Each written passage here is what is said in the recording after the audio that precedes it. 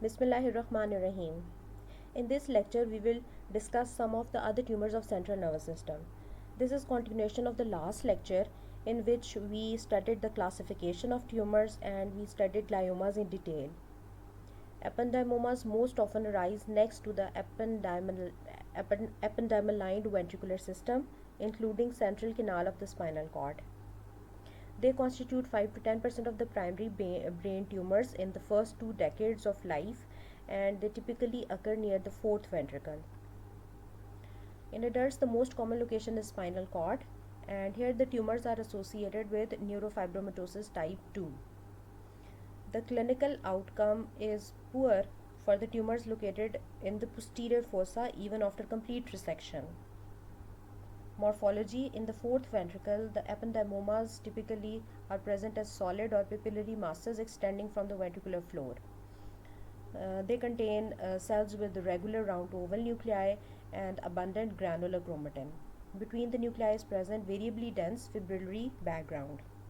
The tumor cells form elongated or round structures which are called rosettes or canals, and they resemble the embryologic ependymal canal. Perivascular pseudorosettes are more frequent, and these are specialized structures in which the tumor cells are arranged around vessels with intervening zone containing thin ependymal processes. This is a microscopic picture, and here you can appreciate a central blood vessel around which the tumor cells have been arranged. This elongated structure is known as perivascular pseudorosette. True rosette can also be present. A true rosette is the one in which the central or the lumen does not contain blood vessel. Here I want to tell you about the true as well as the pseudo rosettes.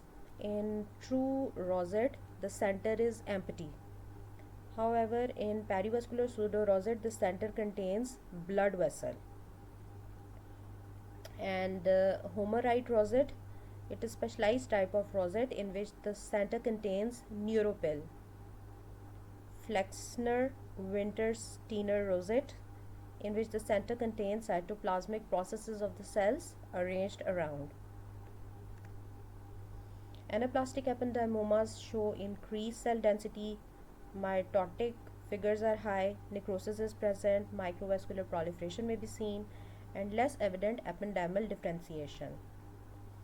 Other neuronal tumors, tumors composed of cells with neuronal characteristics are typically low-grade lesions that often present with seizures. And they are composed of cells that express neuronal markers such as synaptophysin and neurofilaments. Central neurocytoma. They are low-grade neoplasms found within and adjacent to the ventricular system, and they are characterized by evenly spaced round uniform nuclei and often islands of neuropil. Dysembryoplastic neuroepithelial tumor. These are also low-grade tumors of children and young adults, grow slowly, manifest as seizure disorder, and they have a favorable prognosis after resection. Typically, it is located in the superficial temporal lobe.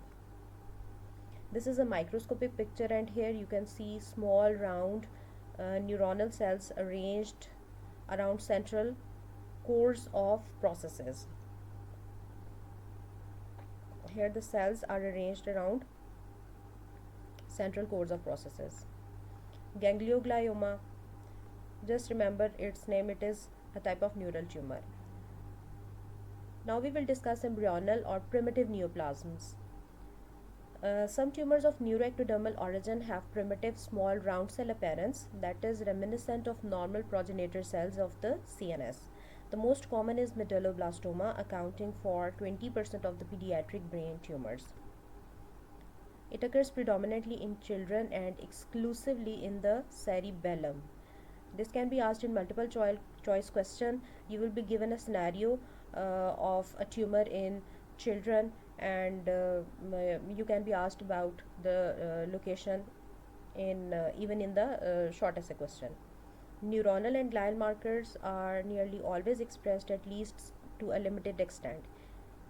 Please remember, it is a highly malignant tumor and it is radiosensitive as well.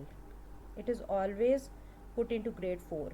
With total excision, chemotherapy, and irradiation, 5-year survival may be 75%. There are a series of histological patterns observed in medulloblastoma, and they give information about the prognosis and correlate in part with the underlying genetics. In children, they are located in the midline of cerebellum. Lateral tumors occur more often in adults. The tumor is well circumscribed, gray, friable, and may be seen extending to the surface of cerebellar folia and involving the leptomeninges.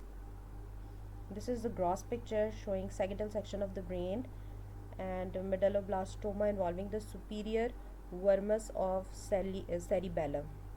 Here you can see the gray white tumorous growth, and this is the microscopic picture showing small blue primitive appearing cells.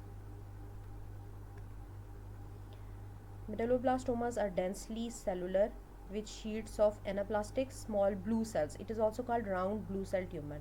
The tumor cells are small with little cytoplasm, hypochromatic nuclei, and mitosis are abundant. Focal neuronal differentiation can be seen in the form of rosettes, which resemble the rosettes seen in neuroblastomas, and characterized by primitive tumor cells surrounding central neuropil, delicate pink material formed by the neuronal processes. Here you can see the structure of a rosette.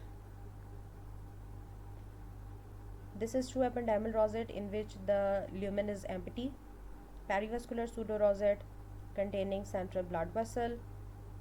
Flexner Wintersteiner rosette in which the central lumen contains short cytoplasmic processes, and central lumen with neuropil fiber meshwork.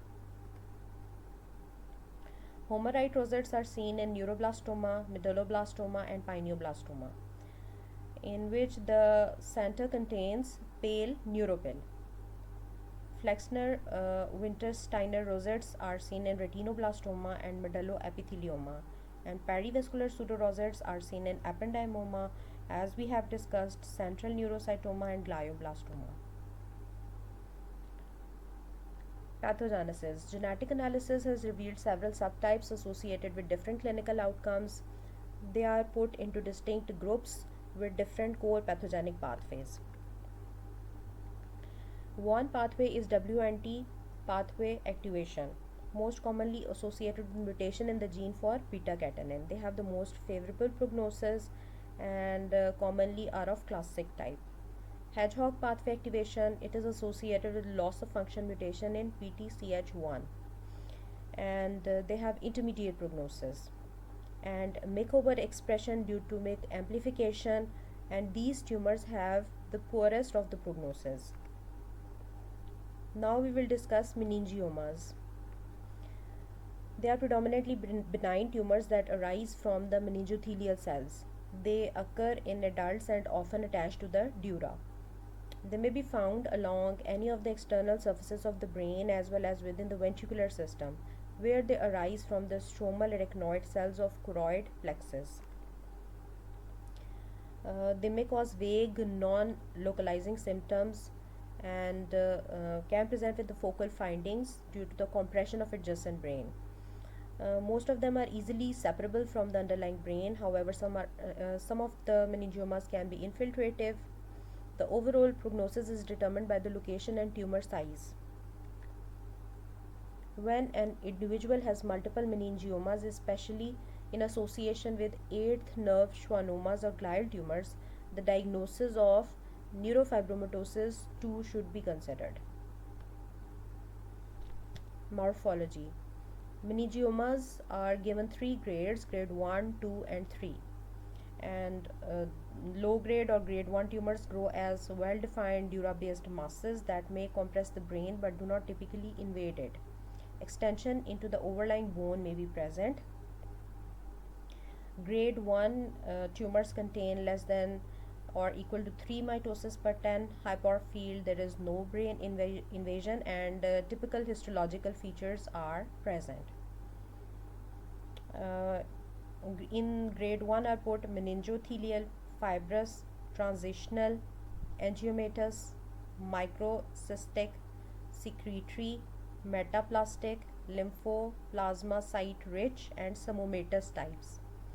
Grade 2 meningiomas contain more than or equal to 4 mitosis per high power field per 10 high power field or brain invasion, or 3 out of 5 soft criteria typical, and it includes chordoid or clear cell variants.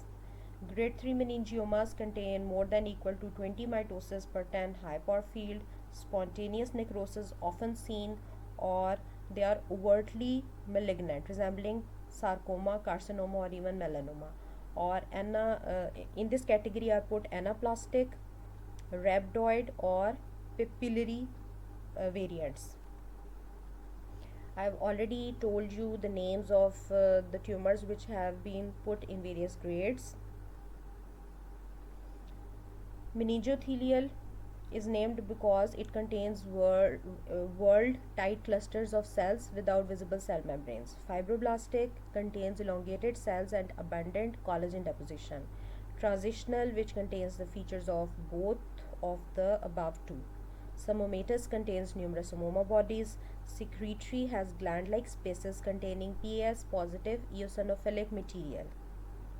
This is the gross picture of meningioma, and this is parasagittal section of the brain, and meningioma is seen attached to the dura, and it is causing compression of the underlying brain. And this is the microscopic picture with a whorled pattern of cell growth, and here you can also appreciate the presence of pneumoma bodies. Atypical or grade 2 meningiomas are recognized by the presence of either increased mitotic rate, prominent nuclear life, increased cellularity, patternless growth, or high nucleus to cytoplasmic ratio, or necrosis. And they have a more aggressive local growth and high rate of recurrence. Clear cell and chordoid also correlate with the aggressive behavior, as does the presence of brain invasion. Anaplastic or malignant meningiomas, WHO grade 3.